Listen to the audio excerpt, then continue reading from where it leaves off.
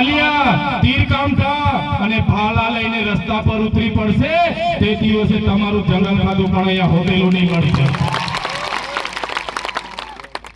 Police અધિકારીઓ જે આપણા બંદોબસ્તમાં છે એમના માટે જોરદાર તાળીઓ પાડી લો। ત્યારે જે લોકો બંધારણની સાક્ષીમાં જનતાની રક્ષા કરવાનું કામ કરે છે, સુરક્ષા આપવાનું કામ કરે છે, શાંતિ અને સલામતીમાં કામ કરે છે, નિષ્ઠા પ્રમાણે પોતાની ફરજ નિભાવે છે, એવા પોલીસ અધિકારીઓને ચૈતર વસાવાના કડક હાથે સલામ। પણ જે પોલીસ અધિકારીઓ અમારા યુવાનોને રસ્તે ઉભા રાખીને મારે છે, અમારા ખેડૂતો પર 500,000 રૂપિયા લૂંટી લે છે, અમારા લોકોને રેડ પાડીને ડરાવે છે, એ પોલીસ અધિકારીઓને પણ આ મંચ પરથી કહેવા માંગુ છું, એ ભ્રષ્ટાચારી પોલીસ અધિકારીઓ સાંભળી લે, એ હપ્તાખોરી પોલીસ અધિકારીઓ સાંભળી લે। અમારા લોકોને હેરાન કરવાનું બંધ કરી દેજો, નહીં તો આવનારા દિવસોમાં 2027માં આમ આદમી પાર્ટીની સરકાર બનવાની છે, તમારા બધાને કટ્ટા ઉતારીને મૂકી દઈશું। ભ્રષ્ટાચાર પોલીસ અધિકારીઓ સાંભળી લેજો, કલેક્ટરના ઇશારે, ભાજપના નેતાઓના ઇશારે કોરિડોરમાં અને હાઈવેમાં અમારા લોકોની જમીનો લેવા નહીં આવતા, તમારા બધાના ટાટિયા તૂટી જશે આ વિસ્તારમાં। આજે અમે નર્મદામાં જમીનો આપી, નહેરોમાં જમીનો આપી, કરજણમાં જમીનો આપી, અમે આજે રેલવેમાં જમીનો આપી, નેશનલ હાઈવેમાં જમીનો આપી, કોરિડોરમાં જમીનો આપી, સ્ટેચ્યુ ઓફ યુનિટીમાં જમીનો આપી। આજે નહેર અમારા ગામડાઓમાંથી જાય છે, નહેરનું પાણી કચ્છ સુધી પહોંચે છે, મારા આદિવાસીઓને આજે પાણી આપવામાં નથી આવતું। શું વાત છે મારા આદિવાસીનો, જે પોતાનું પાણી જોઈ શકે છે પણ લઈ નથી શકતો? તમે કચ્છ લઈ જાઓ, અમે કહીએ છીએ કાશ્મીર લઈ જાઓ, અમને વાંધો નથી, પણ આ પાણી પર પહેલો અધિકાર અમારા આદિવાસી લોકોનો છે। આ નર્મદાનું પાણી, આ નર્મદા મૈયા અમારી માતા છે અને નર્મદાનું પાણી અમારું જીવન સમાન અમૃત છે। આવનારા દિવસોમાં નર્મદાના નહેરનું પાણી અમારા આદિવાસીઓને નહીં આપવામાં આવે તો આ નહેર બંધ કરવા માટે પણ આપણે આગલા દિવસો આગળ આવીએ। નહેર બંધ કરવા માટે અમને મજબૂર નહીં કરશો। આ ગુજરાતની ભાજપની સરકારને અમે કહેવા માંગીએ છીએ, આદિવાસી સમાજ આજે જાગી ગયો છે। જે દિવસે તમે અમારા આદિવાસી સમાજને કેવડિયામાં ઝૂંપડા તોડવાની વાત કરશો, અમારા યુવાનોને કેવડિયામાં બાંધીને મારવાની વાત કરશો, અમારા ખેડૂતોની જમીનો છીનવવાની વાત કરશો, તે દિવસે ગાંધીનગર પણ દૂર નથી, ગાંધીનગર આવીને નેપાળવાડી કરવામાં પણ અમને વાર નહીં લાગે। સાથીઓ, અમે મનરેગા કૌભાંડ માટે બોલ્યા, આ વિસ્તારમાં નળ સે જલ થઈ ગયું અને નળમાંથી પાણી નથી આવતું, એ કૌભાંડ અમે બહાર પાડ્યું।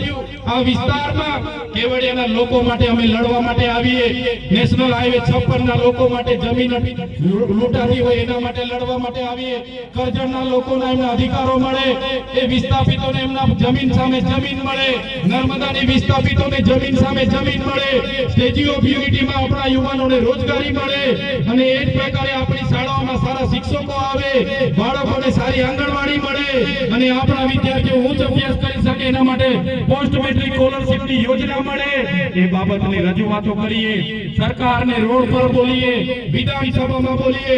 અહીંના પોલીસ અધિકારીઓ આપણા યુવાનોને મારતા હતા, હેરાન કરતા હતા, એમની સામે અમે લડ્યા। ત્યારે અહીંના ભાજપના નેતાઓને, એમના પોલીસ અધિકારીઓને ગમ્યું નહીં।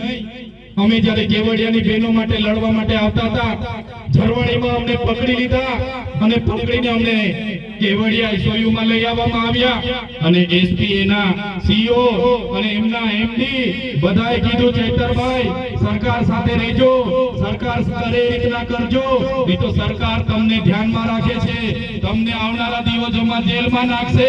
અમે કીધું તમારે જેટલી જેલો કરવાની હોય કરજો, આ ચૈતરભાઈ વસાવા કેવડિયા વાળા માટે લડશે અને અમે નથી ડર્યા, જેલોથી નથી ગભરાયા, નથી પીધા અને અમને હમણાં જેલ કરી હતી, બધાને ખબર હશે, જોયું ને બધાએ।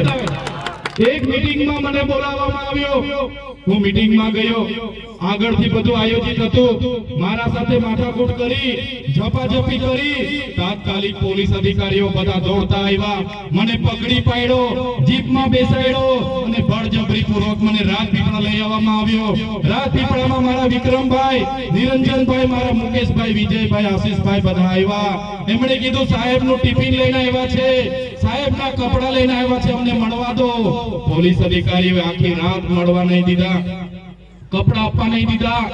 બીજા દિવસે મને ડેડિયાપાડા કોર્ટમાં લઈ જવાનું હોય, કાં તો મામલતદાર પાસે રજૂ કરવાનો હોય, મને ડેડિયાપાડા લઈ જવામાં ના આવ્યો, મને સેશન કોર્ટમાં રજૂ કરવામાં આવ્યો.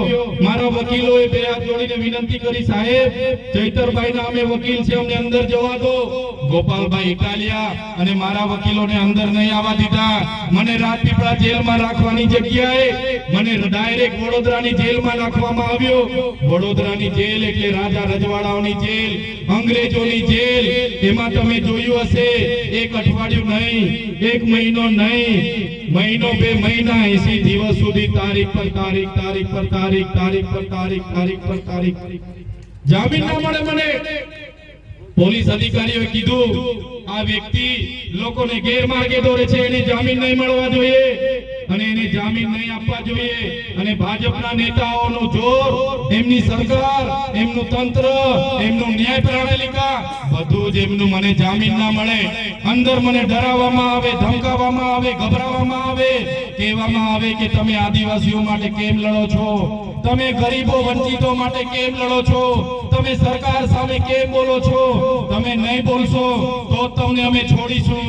ત્યારે જેલમાં પણ મેં એમને કીધું તમારે 2 વર્ષ નહીં, તમારે 5 વર્ષ મને રાખો, પણ આ ચૈતર વસાવા આદિવાસીઓ માટે લડશે. 2 વર્ષ સુધી છોડવાનો નહીં, 2027 સુધી ચૂંટણી સુધી આને છોડવાનો નહીં, એવું એમનું ગણિત હતું. મને કહેવામાં આવ્યું તમે 3 મહિના નહીં, તમે 2 વર્ષનું સામાન મંગાવી લો, કપડા મંગાવી લો. મને એક નાની અંધારી કોટડીમાં રાખવામાં આવ્યો. મારા ઘરના લોકો મળવા આવે, મુલાકાત નહીં, મારા કાર્યકરો મળવા આવે, મુલાકાત નહીં, મારો વકીલ મળવા આવે, મુલાકાત નહીં. મને ડરાવવામાં આવ્યો, દબાવવામાં આવ્યો, ધમકાવવામાં આવ્યો. છતાં આ તમારો ભાઈ, તમારો દીકરો ભાજપ સાથે ક્યારે જુદો નથી. તમારા બધાના આશીર્વાદ હશે, મારી બહેનોની પ્રાર્થના હશે, મારી બહેનોની માનતા હશે, મારા યુવાનોનો સહકાર હશે. આ તમારો દીકરો એમની જેલોમાંથી છૂટીને આજે બહાર આવીને તમારી વચ્ચે